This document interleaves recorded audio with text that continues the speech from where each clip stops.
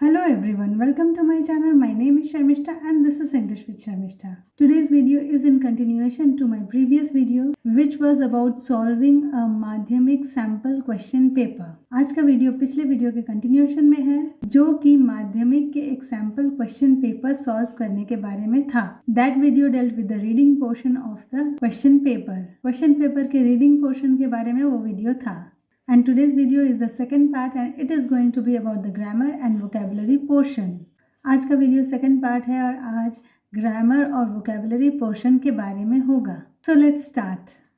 We will start with the question number 4 which is about filling in the blanks with appropriate forms of verbs. हम लोग question number 4 से start करेंगे. इसमें हमको खाली स्थान भरना है. क्रिया के सही फॉर्म्स से ब्रैकेट में ऑप्शंस दिए रहेंगे.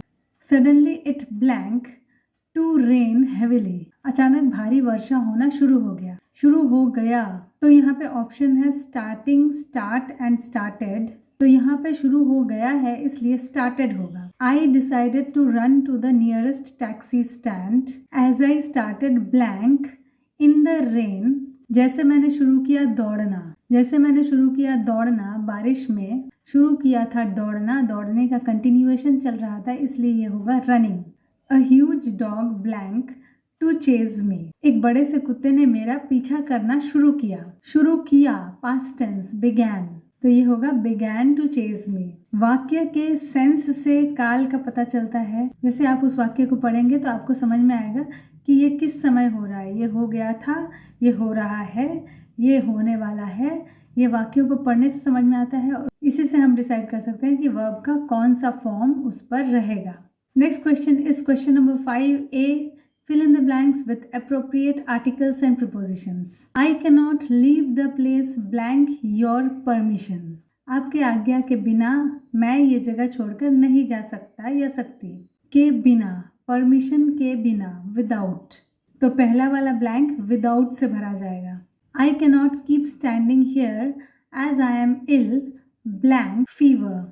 मैं यहाँ खड़े भी नहीं रह सकता या रह सकती क्योंकि मुझे बुखार है. इल के साथ अगर कोई बीमारी है तो उसके साथ होगा विथ. ये आपको याद रखना चाहिए. तो दूसरा ब्लैंक भरा जाएगा विथ से. So allow me to leave blank place. तो मुझे आज्ञा दो इस जगह को छोड़ के चले जाने के लिए. तो यहाँ पे ऑब्वियसली द होगा. द एक आर्टिकल है. नेक्स्ट है question number 5B. Do as directed.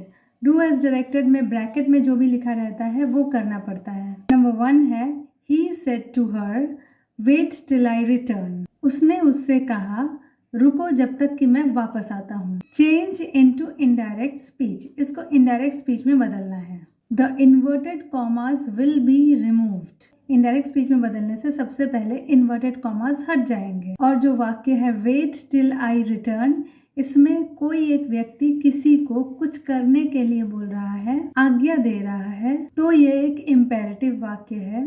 तो इसमें टू का प्रयोग होगा. And said will be replaced by ordered. Said की जगह हम ऑर्डर्ड लिखेंगे. He ordered her to wait till he returned. The I has changed into he because the person who is speaking is a male gender. Inverted comma के अंदर का आई ही में बदल गया है क्योंकि बोलने वाला व्यक्ति जो है पुरुष है. रिटर्न जो है रिटर्न्ड हो गया है क्योंकि जो सेड है इस वाक्य में वो पास्ट टेंस में है. The boy was so tiny that he could not climb up the tree.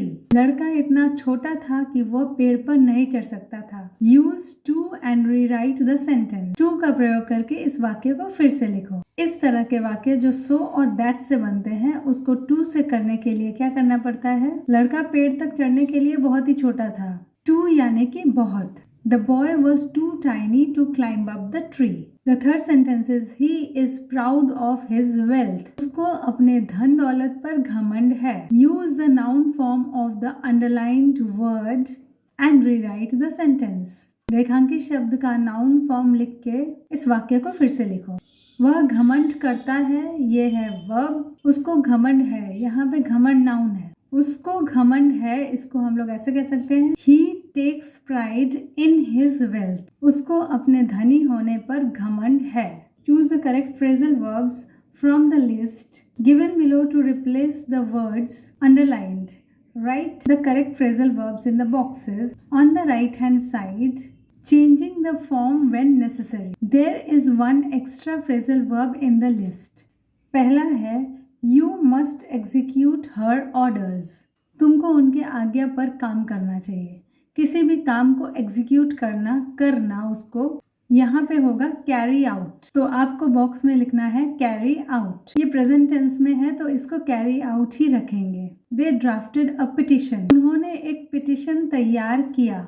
इसका होगा ड्रॉ अप, लेकिन पास्ट टेंस में है तो ये होगा Drew up. The fireman extinguished the fire. Extinguished मतलब बुझाया। पुट आउट होगा, क्योंकि पुट का पास्ट टेंस में पुट ही होता है, इसलिए पुट आउट ही होगा। नेक्स्ट क्वेश्चन नंबर 6 है given below are the meanings of 4 words which you will find in the passage in question number 3। पिछले दिन जो अनसीन पैसेज हम लोगों ने क्वेश्चन नंबर 3 में किया था, उस पैसेज में से वर्ड्स ढूंढना है यहाँ दिए गए 4 शब्दों के मीनिंग के रूप में। So the first phrase is to get or bring back. पहला है प्राप्त करना या वापस प्राप्त करना। हम लोगों ने उस पैसेज में देखा था कि एक आदमी के हाथ से फ़ोन फिसल गया, उसको प्राप्त करने के लिए वो झुका। वापस प्राप्त करना मतलब रिट्रीव। ये वर्ड पैसेज में से ही है। Second is adjacency.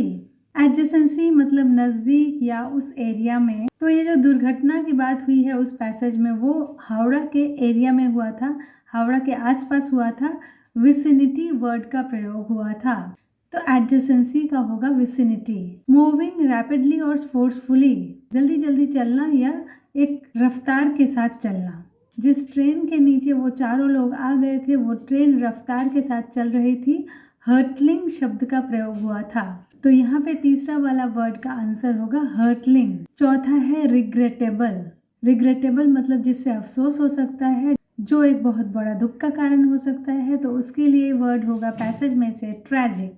तो इसी के साथ ये grammar and vocabulary section end होता है। If you have practised your grammar well, you will be able to solve the grammar portion easily. अगर आपने ग्रामर का अच्छे से अभ्यास किया होगा तो आप ग्रामर पोर्शन को बहुत इजीली सॉल्व कर सकते हैं। And vocabulary needs a lot of practice. जितना ज़्यादा आप पढ़ रहे होंगे, जितना ज़्यादा आपने लिखने का अभ्यास किया होगा, उतना ज़्यादा आपकी वोकैबुलरी स्ट्रांग होगी। So that's all for my video today. I hope it was useful. मुझे आशा है कि ये वीडियो उपयोगी लगी होगी। If you found it useful, do like it, share it and subscribe to my channel if you haven't already. बहुत ज़्यादा इंग्लिश पढ़ते, सुनते और अभ्यास करते रहिए। And do take a very good care of yourself till I come with my next video. Bye for today.